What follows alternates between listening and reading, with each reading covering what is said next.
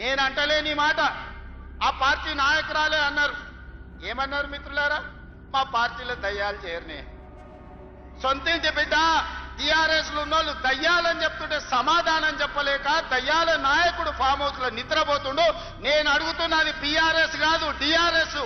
TRS అంటే దయ్యాల రాజ్య సమితి. అది ఇయాల అది భారత రాష్ట్ర సమితి కాదు, అది దయ్యాల రాజ్య సమితి.